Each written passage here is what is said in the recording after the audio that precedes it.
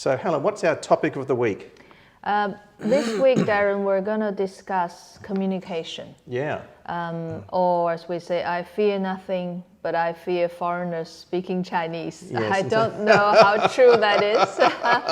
I remember when Xi Jinping, before he was president or premier of China, when he was number 2, he came out to Australia, and Kevin Rudd, who was then the Prime Minister of Australia, Yes. we're at an event where there was only about 3,000 people at Parliament House in Canberra. Yes. And Kevin Rudd, who speaks fluent Chinese, yes. opened up with that statement, Right. which was quite good. So communication, well, I guess the basis of communication is language, Helen. Yes, indeed. Just before we get into this, I just want to bring it to our listeners' attention. This is, again, a very high-level, generalized discussion. There are differences exist regionally in China, and even within the city, you will have the differences between suburbs and places like that. And of course, down to the individual that you're working with. Yes. So again, in China, there are many spoken languages, dialects. In fact, if I go down to the south, to Yunnan province, I will need a translator to help me to translate their dialect into Mandarin, which is the official spoken written language in China, or we call Hanzi, that we write. But then again, in Taiwan and Hong Kong, they have what we call the complicated or standard version, where in mainland China is called the simplified, where when the Mao Zedong established the new People's Republic of China, they decided to simplify about a little over 2,000 Chinese characters to make the writing easier. And would it be correct that at school, children in China will also learn Pinyin? Of course, yes. We will learn Pinyin, which is the way you will know how to pronounce certain word and the tone of that word. Yes. And the Chinese language is a tone, has 4 tones, Mandarin. I think it has 5, 1 neutral as well, but you keep going. And Cantonese apparently has 9 tones. So, yeah. Yeah. So there's a relatively common written language throughout China. Yes. Which is the pictorial language. There is Pinyin, which is merely anglicized alphabet, giving phonetic translation to Chinese characters. But that is only a learning tool for kids in school and for foreigners learning Mandarin or Putonghua. Sure. And there's how many dialects around China? Oh, I hate to guess, probably around 200 or so. And just for those who are looking for example of Pinyin, if you go to our podcast notes, where the first line we said, isn't it strange to hear a foreigner speaking Chinese? There's something in bracket with little strokes everywhere. That is the Pinyin, the whole pronunciation of how do you say 外国人说中文好奇怪吧? Yes, yes. And our podcast notes are always on our website at chinaadvisors.com.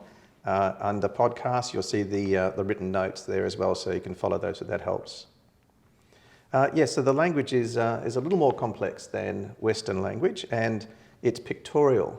It's not words in sequence. No, and also for me, there are still Chinese characters that I don't recognize, Darren. So on average, a Chinese person perhaps would know about 1,000 to 2,000 characters. Which is enough to read a newspaper to quite read easily. Newspapers. And then it goes, our most authoritative dictionary has about 150,000 characters. Yeah. Where the English language supposedly at its max is about 36,000 words. That's interesting. Yeah. And tell us a bit about the historic context. Oh yes, in communication, Chinese culture in general is a introverted or inward-looking culture. So we have sayings like silence is gold. So the less you say, it means you have a better reserve, or you're a better person almost. And then the other saying is that you only tell people 1/3 of what's on your mind. And as we go further in the discussion, we will touch we'll discuss more on the filtering mechanism that the Chinese go through before they say anything. And I love how in our training programs where we have a CV for each of us in our packs. Yes. My CV is 7 pages long. Right. And I have an LLB and a commerce degree. Sure. You have a PhD and various other degrees, and your CV is 1 page long. Yeah, no. So we can see the extrovert and the introvert together. Yeah, no. And the cultural difference of extrovert and introvert there. Sure, yeah. sure. And language, I like to talk about linguistics a lot. I enjoy it as a subject. And I tend to say that the differences between Western communication and Eastern communication is that Western communication is speaker-dominant linguistics. That is, that the job of the speaker is to make sure that the receiver understands what I'm saying. And they make sure that they have a full story, a complete story. So they say 110% of what's on their mind, and they tend to start with the conclusion first and the reasons following. And we don't tend to change our content or the message much on hierarchical structures or who we're talking to, or the saving face issue, or any other issues. We tend to say the same thing we would to one type of person as we would to any other sort of person. And what is Chinese like? Where compared to the style that you just mentioned, Darren, I'd say that the Chinese are, they just naturally consider these factors before they speak. So the hierarchical nature of, who am I talking to? Are they senior in ranking, older than me? What's my relationship with them? Is it a formal relationship? How much should I reveal? What am I saying? And then the connectedness, mianzi, guanxi, and zhongyong, the model we talked about in our previous podcast and in the Baker-Zhang model. So all these will go through a Chinese person's head simultaneously before they convey anything. So therefore, it results into most of their messages are indirect, and they would usually never say no to someone, just because they don't want you to lose face, and because they don't saying be no rude. Exactly. causes someone to lose face. And so often, Excuse me. yes doesn't mean yes. No. Yeah. No. So I would describe that language as receiver-dominant linguistics, that it's the job of the receiver to wheedle through all the other information which deals with hierarchy and mianzi and face and guanxi and zhongyong and all the other issues that are part of the Baker-Zhang model. And the job of the receiver is to sort through all that to get to understand what's being said. Exactly. Yeah. And another way to describe this is perhaps one of the earlier models that's widely recognized in both the academic and the business arena by an anthropologist, Edward Hall. So he wrote a book in 1976 called Beyond Culture, and it refers to the way different cultures communicate.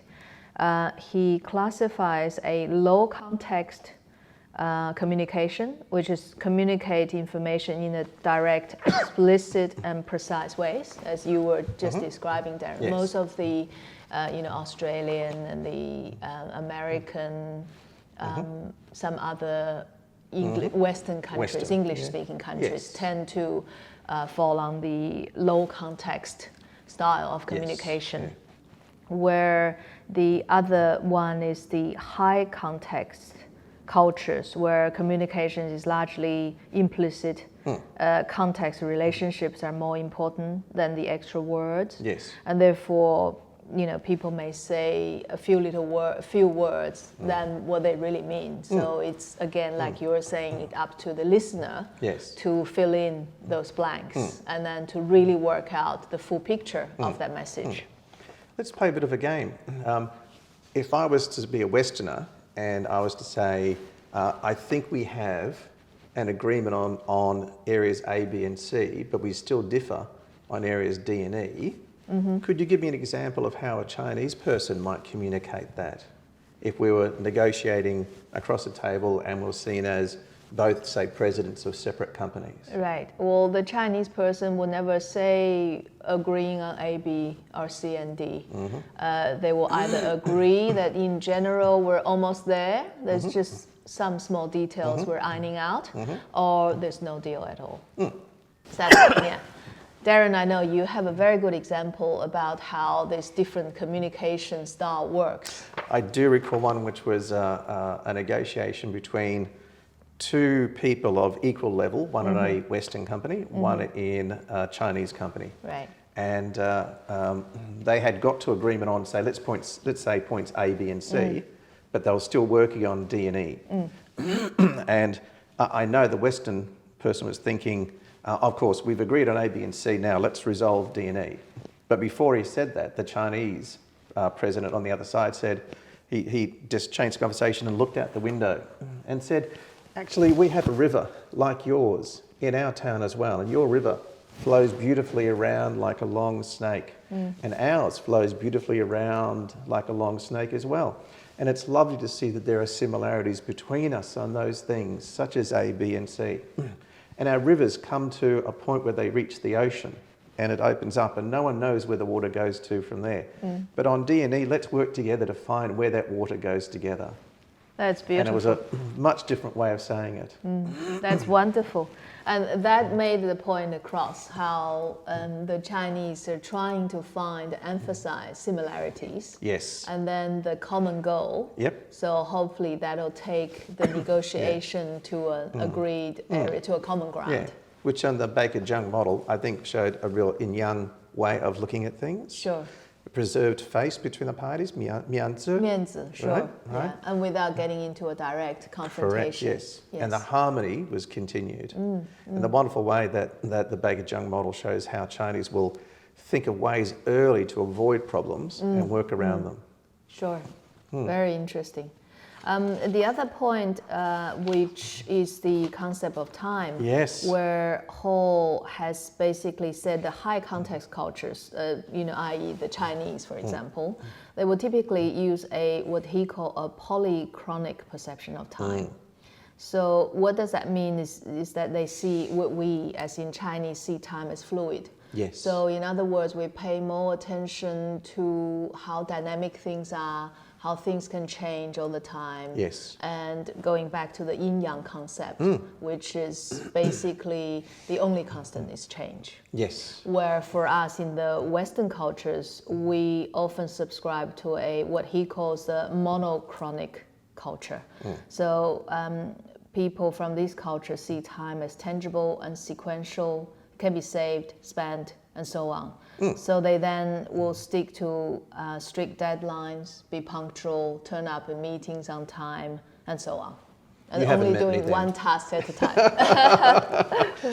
At least Westerners believe they have a perception of doing that. Of course, yes. But more in the professional certainly business conduct. No, you're absolutely right. Yeah. That is a great difference between West and East. Right. Yeah. It was interesting in our training yesterday when we showed the comparison between the Chinese and the Westerners. Oh yes. How we turn up in time for a meeting. Yes. And the feedback from the Australian executive is that if the meeting is 9:30, they turn up at 9, sit in the car for 10 minutes, and then show up at 9:15. That's it. Yeah. And have you got any examples of the differences between formal and informal communication, Helen? Oh yeah, sure. There are plenty of those. In Chinese, there are in fact many words when we talk about the talk. So there's the formal talk. We often call them 官话, official talk. So you will typically find that if it's a first meeting between you, particularly when there's government officials involved, they will probably say a lot of things that are very formal. They may not mean much to what you're doing. They will talk, from the context of globalization, China going global, how the trade communication relationship between China and your specific country, and then they even go into one belt, one road, and then you'll be going, well, why am I here? What am I doing? But that's what we call the formal or the official talk, or Yes. sometimes they even called big talk. Yes. So it's just there for people, for the Chinese people to express what they think is appropriate in that type of context. Yes. Yeah. Where once the trust is built, they're more relaxed. They remember in our model we talk about how it's all about context and relationships. Yes. 的人脉 Constantly. 关系. Yes. So once they have a personal relationship with you, they then will slowly and gradually go in occasionally to the informal talk, which then they become more real, relaxed, and then the point will become a bit more direct. But bearing in mind, it's still a very high context way of communicating. Do you have an example? I have one that I think wakes me up in the morning. Right. Where I remember there was a merger where an American company Right. had taken over a Chinese privately owned enterprise. And the American bosses were approaching the operations of the Chinese subsidiary Right. as if it was in the US, right, and not in China. And the American president came out to Beijing to meet with all the top leaders of the Chinese subsidiary. The American president of this company. Of this company, of the head company. Thank you. Not Mr. Trump. Not Donald Trump Okay. at this stage. No, it wasn't Donald Trump. I apologise. Thank No you. problem. And so the American company president Yeah. had a theatre seating arrangement for all people. So set up in the American style, and they had the podium where he was going to speak from, and he was to be introduced by the Chinese company head, or the subsidiary, the head of the Chinese subsidiary. Right. And the Chinese president, I'll Yes. call him, the head, I'll call him, came up to the podium and welcomed everybody there and spoke about how outside and how everything's in a good feeling and warm, etc., and saying how it's wonderful that they have a new relationship with our American friends. And in fact, it's not a friendship, it's a marriage. And Right. we as the Chinese are the young bride. And you're taking us to your bed for the first time. And we hope that you're gentle with us and understand us and find the ways where we can be happy with you in bed as well. Right. And of course, the American president of the company Yes. had a speech about how we had financial targets and we must Right. achieve those and we must kill, and Right. fight to get there. Yeah. That it was beautiful how the Chinese Yeah. leader Sure. actually set up Yeah. the American company Right. leader. Yes. So it was difficult for him to make all these hard steps straight Right. away. And of course, the American leader had to then rework his speech on the spot to match what had been put before him. Well, that's a beautiful example, Darren, because there's a Chinese saying that sharing the same bed but having different dreams. So the Chinese think it's very important that if you're in a partnership, in any type of relationship, Yes. not only you're in the same bed, you should be sharing the same dream. Yes. Yes. Yeah. Lovely, wasn't it? That's beautiful. Yes. What about so we've covered in communication, we've talked a bit about language Yes. and linguistics. So language is different, it's pictorial.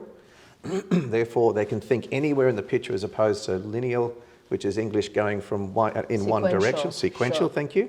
Right. We've talked about linguistics, how the rich culture, a richer context requires a lot more carefully placed information. So you have to read between the lines all the time, Sure. as opposed to a direct speak. Yes. What about non-verbal cues? This is a very interesting area. Darren, you and I, we had an interesting discussion with our participants on our training yesterday Yes. about, how do you read the nonverbal cues. My view is that definitely you should always observe whenever it's possible. But the warning is that there are cultural differences. For Yes. example, the Chinese would not look into your eyes. That doesn't mean they're lying or they have something to hide. True. Because for them, it's looking in somebody who is, particularly if they're superior than you, if you stare into their eyes, that could mean rude or impolite. Yes. And also the Chinese will smile. They will put a friendly smile on their face, but it doesn't mean they're really smiling. It's just a symbol of showing respect and showing face. Showing face, yeah. Again. Yes. So, but there are other body language cues that if you watch closely, you could decipher, who's the decision maker in that meeting or in that context, or what are they thinking, or are they, impatient, or. But then again, you need to really apply your own intuition and experience. And I loved what you said yesterday too, Darren, about how can you correspond to the body language to encourage a better communication non-verbally. It's always better to build subconscious rapport, and rapport is reduction of difference. So creating reduction of difference on the subconscious level to perhaps match people when they're sitting, right? And just try to be the same way they are. If they're not exuberant, don't be exuberant. If they're relaxed, be relaxed, and just try to match them. It's a natural process throughout the world that opens up communication. That's great. And all the things we're talking about here today are intended to give you the PIN number to the ATM machine. Now, these might give you the PIN number to help you communicate better with the Chinese. It doesn't matter. It doesn't mean that there's a lot of money in the bank account, or if it's actually in negative at the moment. So you may not get a deal, but if you can take away these barriers to getting to understanding, that will be a good PIN number, a good way of getting into the bank account and finding out what is available for a deal. Does that make sense? Absolutely. Yeah. I totally agree. I've got a big question for you. Sure. Translators. Yes. We actually, in the book, Darren, we specifically wrote about the importance of finding a good translator, because the translator is more than just translating the language. Absolutely. If you can, this translator, particularly we covered the context, how the language, how the way we communicate is so different across the Chinese and the Western cultures. Yes. And then you add on that the layer of the business context and the industry and the relationships and policy. So you want to make sure, if you can, find a translator who can also give you all those layers that are not communicated. Absolutely. We used to, when Jeff and I used to work together, Jeff is the Baker-Zhang model, the baker, by the way. He used to say, but Helen, I've just said one line, but you said about 3 minutes. And then sometimes I say 10 minutes, you only said about 2 minutes. What's going on? So there are the nuances that if you can find a good and competent translator, hopefully with not just the cultural awareness, hopefully not just with the language capability, the industry capability, but also with cultural awareness. Yes. And then that'll help you so much. Yes. Because that person, he or she, is the bridge. Yes. And the bridge is what we're after. Absolutely. Yeah. So I think a translator, in my words, has to be able to translate 3 things for you. One is the words, the second is the meaning, and the third is the culture. Absolutely. Right. And perhaps the other one is that if you can keep the same translator, because that provides consistency. Absolutely. For the Chinese people, that's very important, because they know you're keen, you're committed, you're here for the long term. It's best you turn up with similar team, if not the same team, every time you meet them. That builds that level of safety. Yeah. And trust. And trust, absolutely. And I think everything we talk about in the Baker-Zhang model is intended to help build trust between Western and Eastern people in business. Absolutely. Yeah. And having a translator who can translate the meaning and the culture for you as well is a great asset. And in the past I've said, have you translated what I said? And her reply was, no, I've translated what you meant. That's very good. That's very good. I actually have another example. I worked with a consulting firm. We were meeting a Chinese, it's a joint venture organization. And my consulting firm I'm engaged with, their goal is to sell their consulting service to this joint venture. Yes. But the joint venture side had a translator. So every time when my managing director, the big boss, keep on saying to the other side, you have problems. This is your problem. That's why you need us, right? Where their translator keep on toning down his message, because for her that's rude to tell directly to my boss you have problems. So I then had to intervene and jump in to say it in Chinese. I would say, oh, I'm sorry, what I wanted to add is that what we think. So I'm not criticizing the translator, because then you're not giving her face, then you're making a scene for her to lose her face. But also I wanted to make sure what we're really saying, the point get across, otherwise you're wasting an opportunity. Absolutely. Yeah. Podcats, thanks. That's it for today, and next week we'll continue on in relation to how to communicate with the Chinese mind. Thank you very much, Darren. That was an interesting conversation. It was. Thank you. Thank you. See you next time, Podcast. Bye-bye. Bye-bye.